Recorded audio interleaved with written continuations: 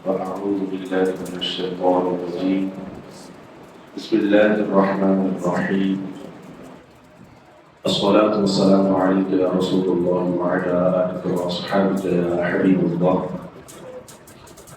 حضرت سیدنا ابو ہریرہ رضی اللہ تعالی عنہ سے روایت ہے، مدینے کے تاجدار صلی اللہ تعالی علیہ وآلہ وسلم نے ارشاد فرمایا،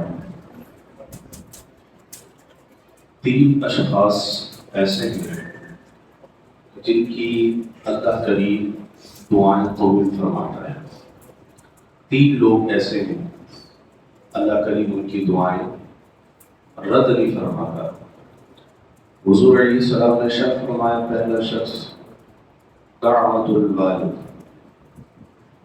والد کی جو دعا ہوتی ہے اپنی اولاد کے حق میں، اللہ کریم اسے رد نہیں فرماتا بلکہ قبول فرماتا ہے.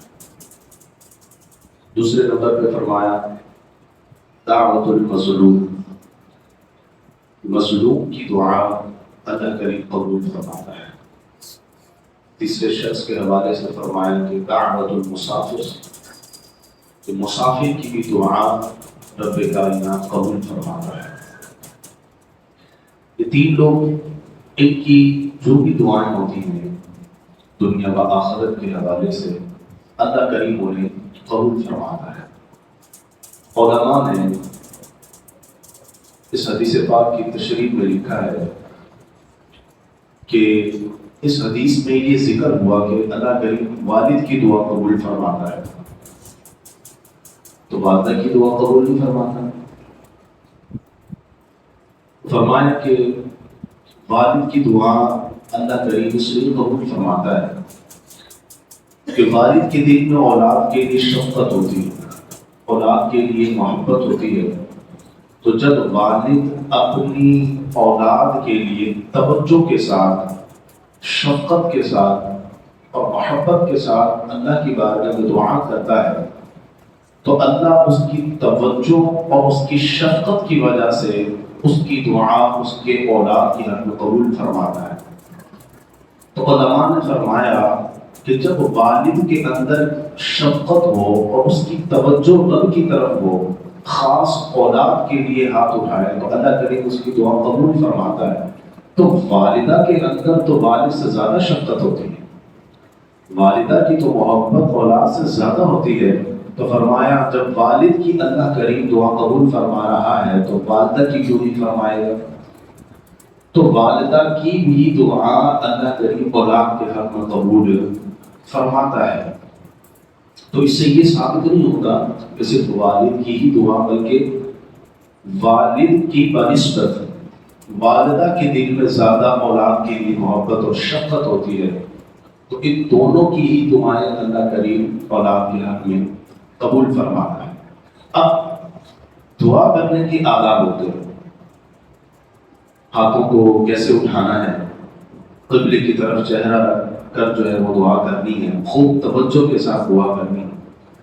لیکن کبھی کبھار ایسا ہوتا ہے کہ انسان ایسے ہی جملے زبان سے نکال دیتا ہے اور قبولیت کی گھڑی ہوتی ہے تو اللہ کریم وہ دعا قبول کر لیتا ہے. تو یہاں میں عرض کرنا چاہوں گا کہ کچھ پیرنٹس، کچھ والدین کی یہ عادت ہوتی ہے کہ جب وہ غصے میں ہوتے ہیں تو اپنی اولاد کے لیے کچھ نہ کچھ جملے ایسے نکال دیتے ہیں کہ بعد میں پھر انہیں پچھتاوا ہوتا ہے، جسے ہمارے یہاں بد دعا بھی کہا جاتا ہے. وہ اولاد کے لیے بد دعا کر دیتے ہیں.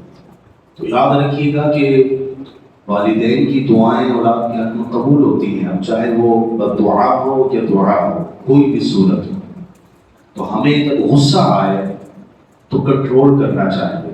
اولاد کے لیے کبھی بھی ایسا جملہ نہ نکالیں، کیونکہ ہو سکتا ہے کہ وہ قبولیت کی گھڑی ہو اور اللہ فوراً اس دعا کو قبول کر لے اور ایسا ہی ہو جائے.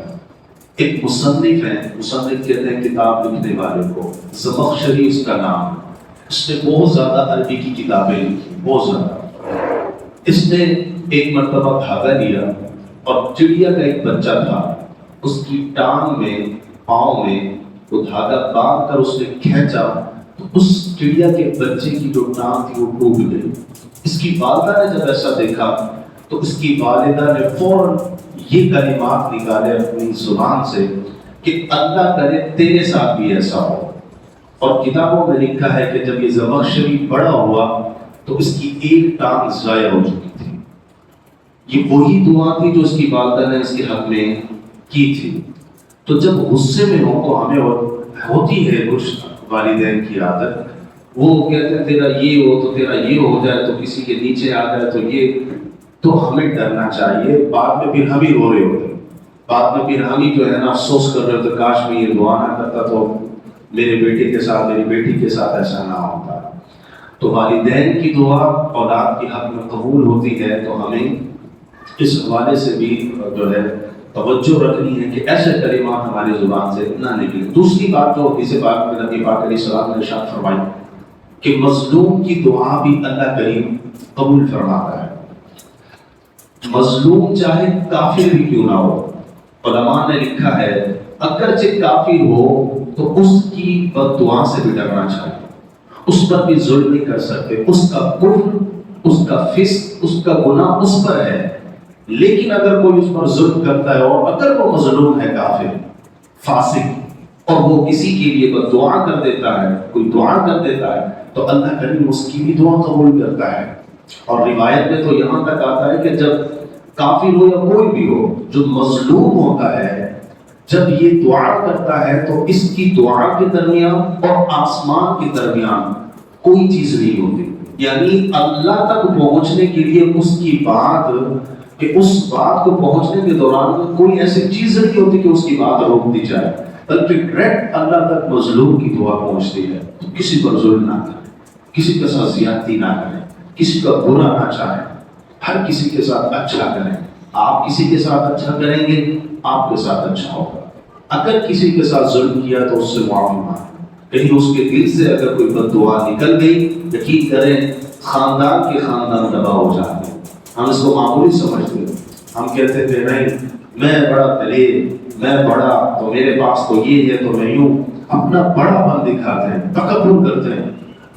یاد رکھیے گا کہ تکبر انسان کو ڈبو دیتا ہے.